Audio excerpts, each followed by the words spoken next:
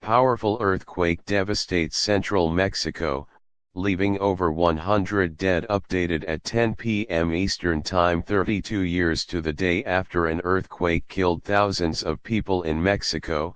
A powerful quake rattled the country's central region Tuesday.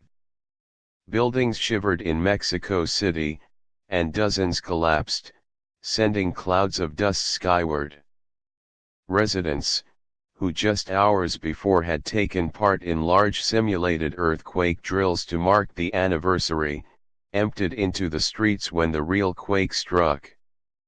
Many people had just returned to their desks when the real one hit, freelance reporter Natasha Pizzey told All Things Considered. "It was one of the worst feelings I've ever experienced in my life," she said. "It's a bit like being on top of a double-decker bus that's trying to brake and you're thinking you're about to get thrown.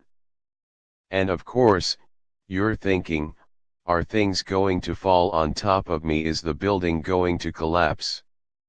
In its preliminary assessment, the U.S. Geological Survey said the magnitude 7.1 earthquake's epicenter was just over 3 miles east-northeast of Raboso, in the state of Puebla, some 75 miles southeast of Mexico City. In the neighboring state of Morelos, 54 people were killed, according to local officials and news reports. Alfredo del Mazo, governor of the state of Mexico, tweeted that at least 9 people have died in his state. And Puebla Governor Tony Gali told an emergency meeting of local officials that at least 26 people had died there, several of whom were children. Nationwide, at least 139 are reported dead, and it is expected that the death toll will continue to rise. Mexico City Mayor Miguel Angel Mancera said that 44 buildings had collapsed. "I could barely stand up. There was glass falling everywhere. I really thought the building was going to fall," reporter Emily Green told NPR from Mexico City. "It was a terrifying experience." Photographs depicted rescue workers digging through rubble and wheeling away residents on stretchers, though it was not immediately clear how many people were injured or killed in the capital city. As NPR's John Hamilton notes, the densely populated city is especially vulnerable to earthquakes, because much of it is built on a former lake bed, which can amplify the effects of distant quakes. "We don't have an estimate yet from authorities of how many buildings, but just photos and videos from people in the street show there are many buildings collapsed so far," reporter James Frederick told NPR. The Civil Protection Agency of Mexico City has confirmed that they're beginning excavation work for people trapped inside collapsed buildings.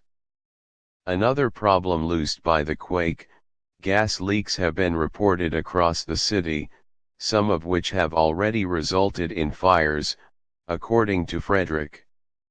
"God bless the people of Mexico City," President Trump tweeted Tuesday in the aftermath. "We are with you and will be there for you."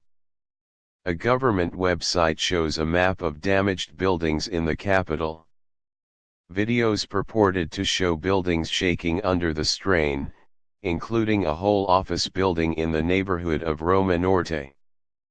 The earthquake also comes less than 2 weeks after a massive temblor struck southern Mexico, killing dozens of people. The 1985 earthquake that officials were marking Tuesday left thousands dead and parts of Mexico City in ruins.